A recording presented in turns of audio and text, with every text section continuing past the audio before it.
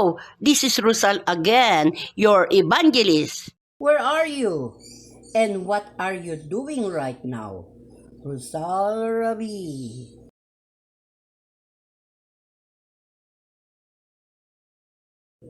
The Holy Spirit asks, "Where are you? And what did you do today?" Tinatanong tayo ng Espiritu Santo, ano daw ang ginagawa natin ngayon? Ano nga ba? The Holy Spirit asks us, what are we doing now? What exactly?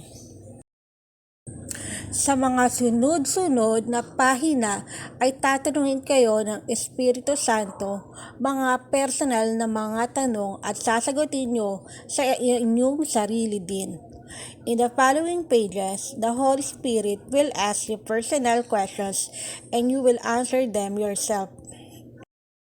Number 1, kilala mo ba ang Diyos sa gumawa ng langit at lupa at mga tao din, mga hayop at lahat ng naririto sa ating mundo? Kung oo, ang sagot mo ay mabuti ka. Do you know the God who made heaven and earth and also people, animals and everything that is here on our earth? If your answer was yes, you are in good. Number 2, sumasamba ka pa ba sa Diyos-Diyosan na ginawa ng kamay ng mga tao? Kung hindi, ang sagot mo, okay na. Do you still worship gods made by human hands? If your answer was no, you are okay. Number 3, ginagawa mo pa ba ang expression ang OMG? Mean, oh my God. If your answer no, you are okay. You're still making the expression OMG, I mean, oh my God. If your answer no, you are okay. Number 4, ang Sabado ay ang ibinigay ng ating Diyos na ipangilin. Sinusunod mo ba? Kung sagot mo ay oo, ikaw ay okay. Saturday is what our God gave us to keep. Are you following? If your answer was yes, you are okay. Ika-5, mabait ka ba sa tatay at nanay mo? Kung oo, ang sagot mo, okay ka. Are you kind to your mom and dad? If your answer was yes, you're good. 6, sinisiraan mo ba kapwa mo? Para ka na rin pumapatay. Kung oo ang sagot mo, hindi ka okay. Do you slander your neighbor? It's like you're killing. If your answer was yes, you are not okay. 7, ikaw ba ay sumusunod sa mundong ito na magkasamang hindi kasal? Kung oo ang sagot mo, hindi ka okay. Are you following this world, living together without marriage? If yes, your answer, you are not okay. 8, kumukuha ka ba ng maliliit at malaki na hindi sa'yo? Hindi ka ba honest? Kung sagot mo ay yes, you are not okay. 8, are you getting small and large ones that don't belong to you? Aren't you honest? If your answer was yes, you are not okay. 9, palagi ka bang nagbibintang sa kapwa mo na hindi mo pa sigurado? Kung palagi mo ginagawa ito, hindi ka okay. Do you always accuse your fellow man that you are not sure yet? If you always do this, you are not okay. 10, nag-iimbot ka ba ng hindi sa iyong pag-aari? Nasa ika-10 utos ng ating Diyos po ito. Kung ang sagot mo ay oo, oh boy, hindi maganda yan. Do you covet what is not yours in? This is the 10th commandment of our God.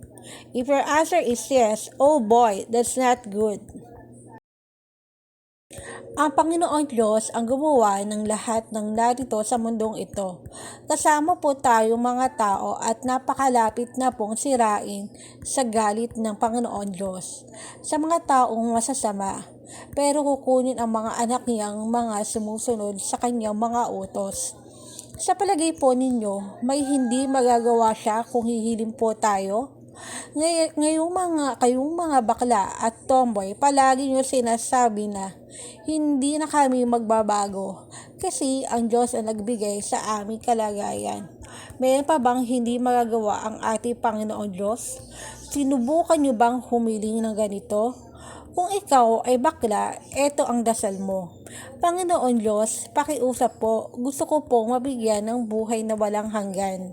Gawin niyo po akong tunay na lalaki. At kung ikaw naman ay tomboy, Panginoon Diyos, gusto ko pong mabigyan ng buhay na walang hanggan. Pakiusap, gawin niyo po akong normal na babae. Note, mga kapatid, wala pong imposible sa Panginoon Diyos. In Jesus' name, Amen.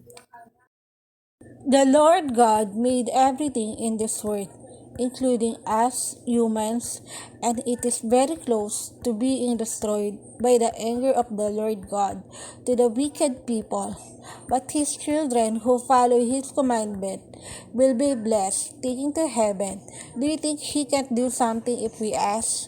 Now you gays and lesbians always say, we will not change because God gave us our condition. Do you think there is something our Lord God cannot do? Have you tried asking like this? Lord God, please, I want to be given eternal life. Please make me a real man, and if you are a woman, Lord God, I want to be given eternal life. Please make me a normal girl. In Jesus' name, Amen. Note, pretend there's no impossible to our Lord God. Amen. Ang Espiritu Santo nagsasabi na humanda kayong lahat, malapit na ang wakas. Holy Spirit will say, get ready everyone, the end is near. Rosal Rabi. Yan. Reminder, Breton, it's time for us to harvest what we planted years ago. We might get caught. So let's act. Brothers and sisters, please watch, subscribe, share, and like to the Lord God Ministry Angels Message Inc. Thank you.